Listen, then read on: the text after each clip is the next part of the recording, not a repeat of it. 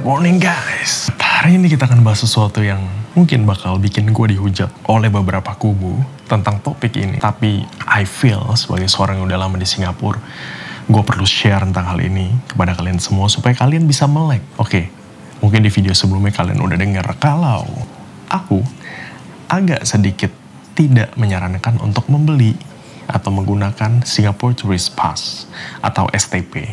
Oke, aku akan share di sini 7 alasan kenapa aku tidak menyarankan kalian untuk menggunakan Singapore Tourist Pass. Oke, bukannya memjatuhkan, tapi sebagai anak rantau yang sudah hidup dan tinggal di Singapura selama lebih dari 10 tahun, aku merasa aku punya kewajiban untuk berbagi kepada kalian. Dan video ini tidak disponsori oleh pihak-pihak tertentu, oleh karena itu mari nyemplung langsung ke dalam topik ini. Sebelum kita mulai, kita perlu tahu dulu apa sih Singapore Tourist Pass itu. Singapore Tourist Pass adalah sebuah pas harian yang menawarkan kepada turis-turis kemampuan untuk travel secara tidak terbatas dalam menggunakan sistem transportasi publik di Singapura, yang mana meliputi MRT, LRT, dan basic bus services. Ini tidak termasuk express bus, night owl, atau bis-bis malam. Mari kita lihat penampakan Singapore Tourist Pass ini. Ada 3 tipe Singapore Tourist Pass, 1 hari, 2 hari, dan 3 hari. 3 hari adalah maksimal, oke? Harganya, yang 1 hari itu $10, yang 2 hari itu $16, yang 3 hari itu adalah $20. Dan masing-masing kartu itu ada refundable deposit. Nah, jadi untuk 1 hari, which is $10, kalian perlu bayar ekstra $10 sebagai depositnya. Di mana bisa belinya? Kalian bisa dapatkan Singapore Tourist Pass ini di TransitLink Ticket Services. Ada di berbagai macam MRT station di Singapura. Kalau kalian mau daftar list MRT station yang bisa menyediakan Singapore Tourist Pass ini, kirim emailnya ke aku. Nanti aku kirim daftar list lengkap tentang TransitLink Ticket Services. If you need it, just email me. Mereka bilang unlimited travel pass in Singapore. Oke, the problem is, berapa banyak sih yang bisa kalian save dari Singapore Tourist Pass ini? Yang aku selalu rekomen adalah EZ-Link dibanding Singapore Tourist Pass ini. Jadi aku akan bandingkan dengan EZ-Link, which is for me is more efficient and you can really travel a lot and sometimes it's cheaper than Singapore Tourist Pass. Ayo kita buat perbandingannya. Kalau pakai EZ-Link, rata-rata kasarnya naik bus itu biayanya sekitar 0,73 sampai 1,66 Singapura dolar. Oke? Dan untuk naik MRT, range biayanya sekitar $0,83 sampai $1,95 per trip, tergantung jaraknya. Itu kalau pakai EZ-Link. Klaim dari STP adalah, dengan menggunakan STP, kalian tidak perlu takut. Kalian punya unlimited travel, mau dari destination A ke B sejauh apapun, tarifnya flat, $10 sehari, $20 3 hari. That's their claim, okay? Which is, it's true, but kita nanti menuju ke pro dan kontranya. Aku jelasin dulu di awal. Di mana untuk bisa refund depositnya? Kan ada deposit tuh $10 di depan kan? Jadi gimana untuk refundnya itu?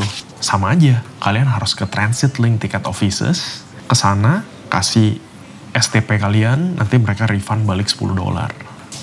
Plus minus, kita ngomongin plus minus. Plusnya adalah, seperti yang tadi aku udah jelasin, kenapa sih banyak orang yang sangat-sangat menganjurkan pakai STP.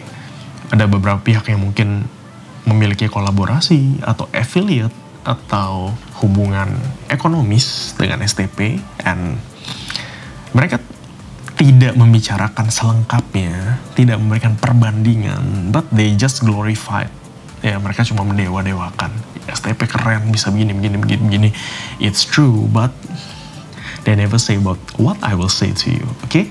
Pro-nya adalah, nggak usah pusing. Jadi kalau kalian mau ke tempat A, ke tempat B, nggak usah pusing biayanya berapa, nggak usah ngitung lagi, apakah kartu aku cukup apa enggak. Dan kalau nyasar, it's fine.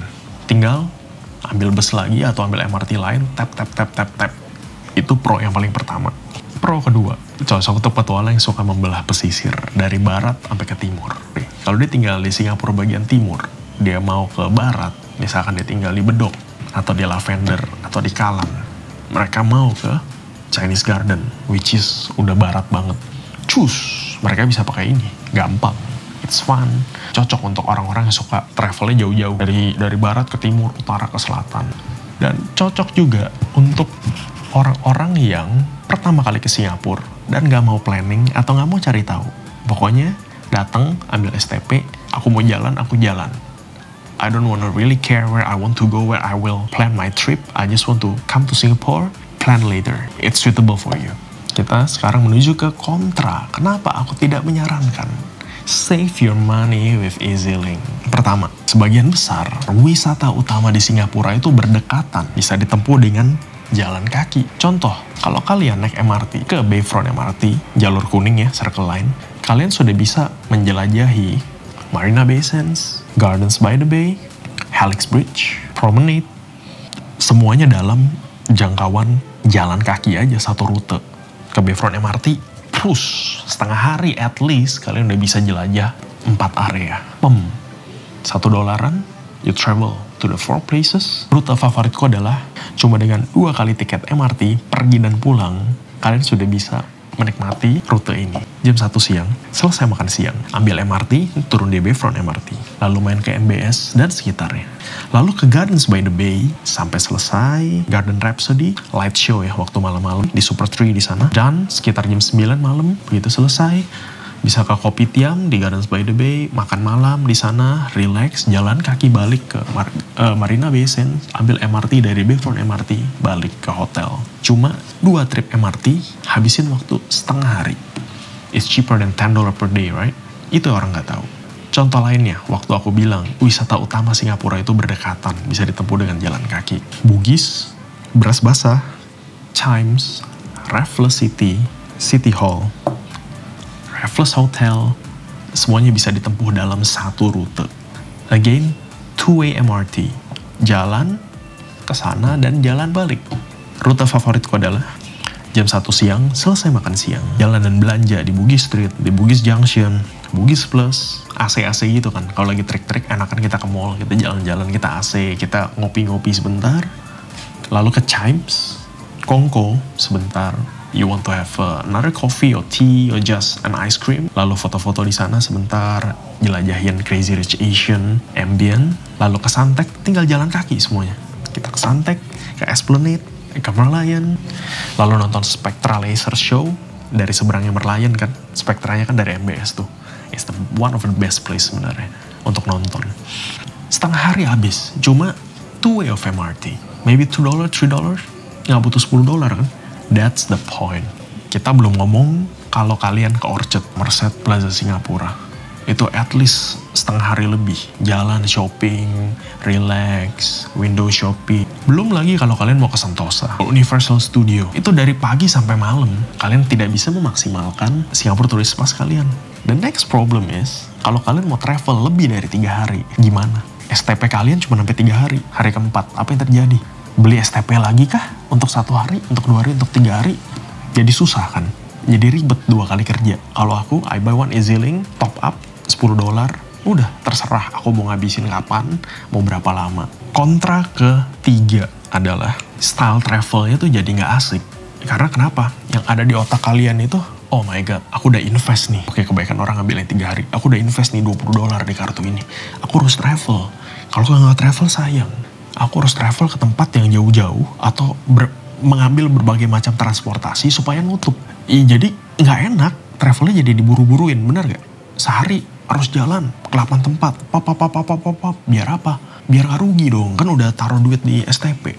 You can't really enjoy your travel for me, karena travel itu lebih kayak jalan ke satu tempat, amati, explore, baru pindah ke tempat lain. Bukan dateng, foto-foto selfie pindah lagi, foto-foto selfie pindah lagi. But kalau kalian suka gaya travel begini, ambil STP. Kalau aku nggak nyaranin, apalagi yang berkeluarga ya. Kalau kalian bawa baby ya kan, nggak bisa lah diburu-buruin. Belum baby ada baby time ya kan, harus istirahat, nyusu segala macem. Kita harus nungguin. Nggak bisa pakai STP, menurut aku nggak maksimal. Rugi kalian jadinya. Ambil EZ-Link, relax, travel freely. Sesuai kecepatan kalian dan itinerary kalian. Nggak mungkin dong kalau kalian ke Bugis atau Orchard, kita belanja cuma setengah jam ya. Habis itu kita harus pindah lagi supaya nggak rugi STP-nya. Kan nggak mungkin, bener gak? So, that's my point.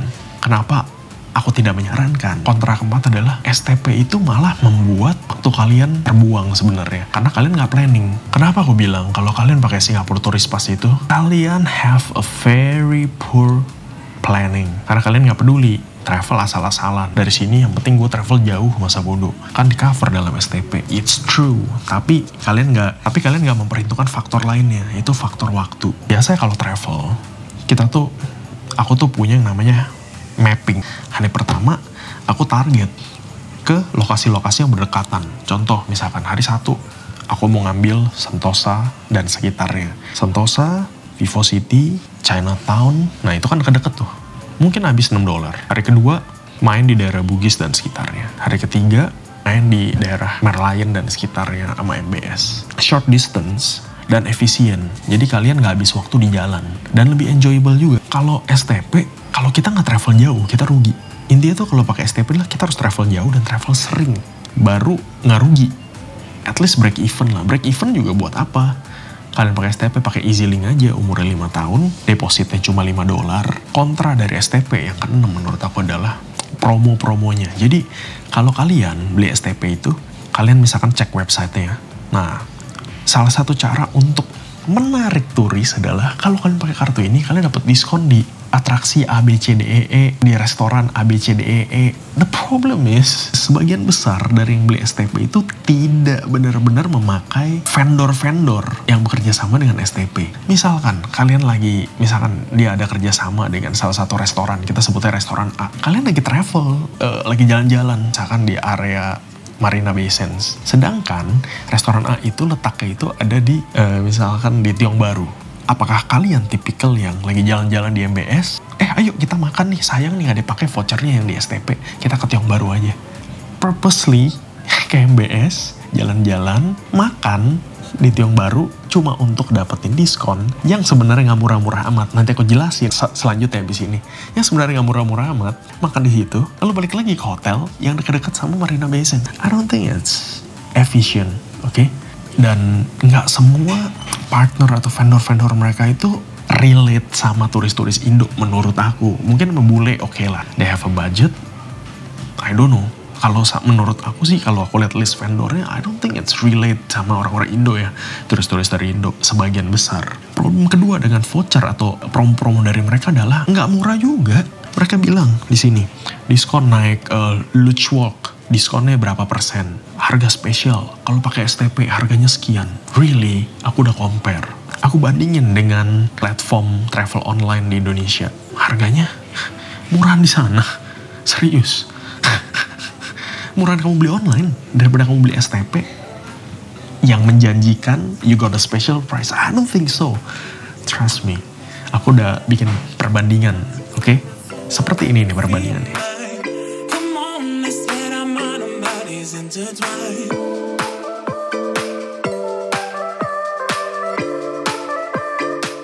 Udah lihat kan? Kontra nomor 7 dari STP menurut aku adalah kalau kalian travel pakai STP syariah, ternyata kalian cuma pakai $6. Misalnya kalian beli one day Singapore Tourist Pass, kalian cuma pakai $6. Bisa minta refund nggak yang $4 ya? Kan kalian udah taruh duit $10. Apakah bisa di refund? Ya tentu tidak. Pasti nggak di refund, nggak bisa. Ya itu benar-benar nge-push kalian untuk keep traveling, keep moving. Kalau EasyLink, kalian isi $10. Pakainya berapa? 6. $4 bisa dipakai lagi for future trip. Kalau kalian datang lagi ke Singapura atau bisa refund di transit link offices. Fair enough kan? Apa yang kalian pakai, apa yang kalian bayar. Again, inilah opini aku. Boleh percaya, boleh enggak. Boleh setuju, boleh enggak. Aku nggak mengharapkan semua orang setuju dengan pendapat aku. But I think Singapore Tourist Pass is not the really efficient and the best way to travel in Singapore. I think. Tugas aku cuma sharing. It's up to you guys. Semoga berguna sharing kali ini. Jangan lupa subscribe dan likes, oke? Bakal banyak video lagi ke depannya. Cheers, see you guys.